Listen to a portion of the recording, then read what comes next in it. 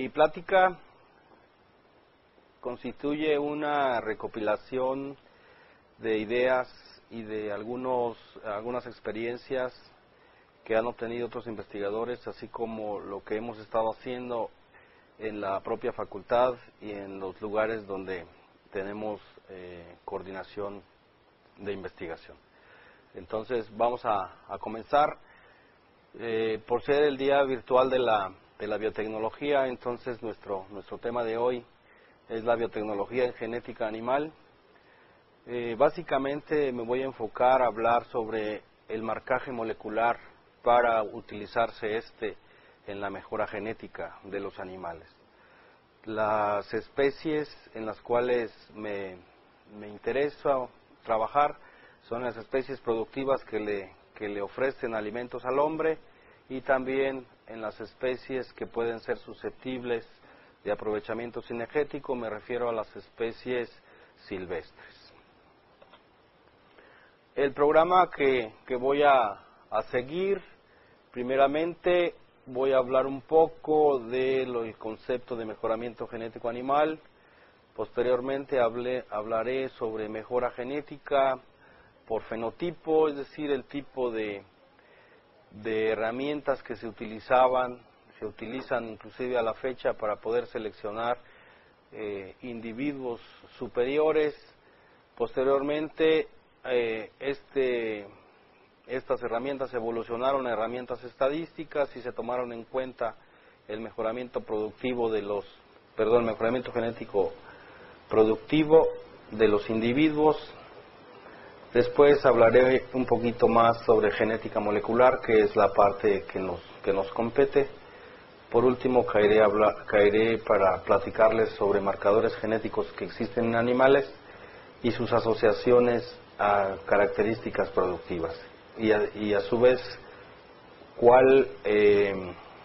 qué es lo que existe en este momento para poder ser aplicable ya tanto en la ganadería como en el aprovechamiento cinegético. Y por último, pues la perspectiva va a quedar en manos de todos, en manos de ustedes, en manos de los productores, en manos de los técnicos y en manos de los científicos.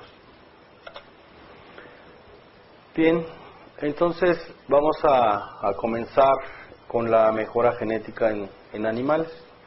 Ustedes saben que el uso de los animales para proveer al hombre de alimentos data desde hace muchos años. Y cuando el hombre descubrió que no yéndolos a cazar, sino encerrándolos o proveyéndoles él las condiciones de alimentación y las condiciones de vida a los animales, descubrió que podían los animales estar mejor y producir, y estos al producir pues les daban los alimentos al hombre.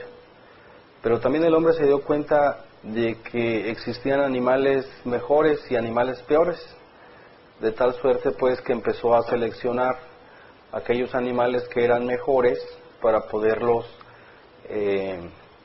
utilizar como padres de la siguiente generación, de tal modo que al identificar animales sobresalientes, estos los elegía para poder utilizarlos como progenitores, y se traducía en que los hijos de esos progenitores ya eran mejores en cuanto a producción. Entonces, desde el punto de vista genético, pues lo que hizo el hombre realmente fue seleccionar de un pool de genes solamente los buenos o los que le parecieron buenos, y por lo tanto los hijos de estos animales que ya fueron seleccionados pues resultaban ser más productivos. Esta forma de seleccionar animales pues duró prácticamente muchos años. Tenemos aquí algunos ejemplos de la mejora genética. Entonces, Obviamente estoy hablando, aquí hay algunas fotos que se presentan únicamente del siglo pasado y de ahora, pero estos ejemplos son suficientes para poder demostrar que la selección o de la mejora genética pues ha sido pilar fundamental para mejorar la producción y por lo tanto los alimentos que benefician al hombre. Aquí tenemos un cerdo, en el caso de los cerdos, un cerdo que por 1950 tenía esta estructura y estas características. Es un cerdo extremadamente curvo, demasiado grasoso, y el juez en lo único que se fijaba era en la cantidad de grasa. Con el paso del tiempo se descubrió que la grasa pudo ser mala o puede ser mala para el organismo y empezaron a seleccionarse los animales para que tuvieran menos grasa. Entonces el resultado es este. Ahora en el 2008, 58 años después, tenemos un cerdo que no tiene grasa, que es prácticamente hueso y músculo, es decir, aquella capa de grasa tan grande desapareció a través de la selección. Otro ejemplo que es prácticamente el que apoya este proceso del beneficio de la selección es el que ha ocurrido con los pollos de engorda. En esta diapositiva presento pollos de engorda de la misma edad, tienen 38 semanas, y el de la izquierda que estoy señalando es de una especie de pollos que son para huevo, y el otro son para carne, pero tienen la misma edad. Pero antes de llegar a estos resultados, estos pesaban lo mismo, es decir, hace 40, 50 años, estas dos razas de aves pesaban lo mismo. 58 años después, tenemos que los pollos para carne engordan 5 veces más rápido que los pollos para huevo. Entonces, esa también es una gran ejemplo que podemos, que demuestra pues que la selección de los animales ha mejorado sustancialmente. Aquí tenemos el último ejemplo, un animal sin raza de bovinos, sin raza definida y también con características cárnicas poco definidas, etcétera. Y a lo largo del tiempo, en 30, 40 años de cruzamientos y de selección, se ha logrado animales cuya conformación son más musculosos y por lo tanto más productivos. Esos son solamente 3 ejemplos que traigo para poderles demostrar la evolución que ha tenido el mejoramiento. Entonces, el mejoramiento originalmente se hacía por apreciación visual, es decir, solamente se detectaban aquellos animales que eran fenotípicamente superiores, es decir, que demostraban estar más musculosos o más grandes, o producían más leche o producían más lana, simplemente por apreciación. Y el objetivo de esa selección era incrementar las características deseables y también, de la misma manera, disminuir las características indeseables bajo un ambiente donde pudieran expresarse ambas, para no tener ninguna ventaja o desventaja. Entonces, las bases del mejoramiento genético fueron sentadas por la selección de individuos sobresalientes, producto de la interacción de los genes más el ambiente. Regularmente la apreciación visual de estas características deseables o indeseables, dependiendo de lo que estemos tratando, depende del ojo del seleccionador o depende del ojo del mejorador. Entonces aquí tiene una gran ventaja para el que conoce los animales, las tallas, las estructuras, las formas, pero una gran desventaja para las personas que desconocen las características. Entonces tiene sus pros y sus contras. ¿Cuál es la fuente donde encuentra uno individuos que podamos seleccionar por la pura apreciación visual? Pues ahí tenemos 2 ejemplos, ¿no? Aquí hay un concurso de borregos machos, y donde pueden ustedes apreciar aquí está el juez, que hay un juez, y diferentes estructuras o conformaciones de los animales que está siendo juzgados. Entonces, aquí dependiendo de lo que al juez le guste, es como va a poner primer, segundo o tercer lugar, o va a decidir cuál de estos animales es mejor.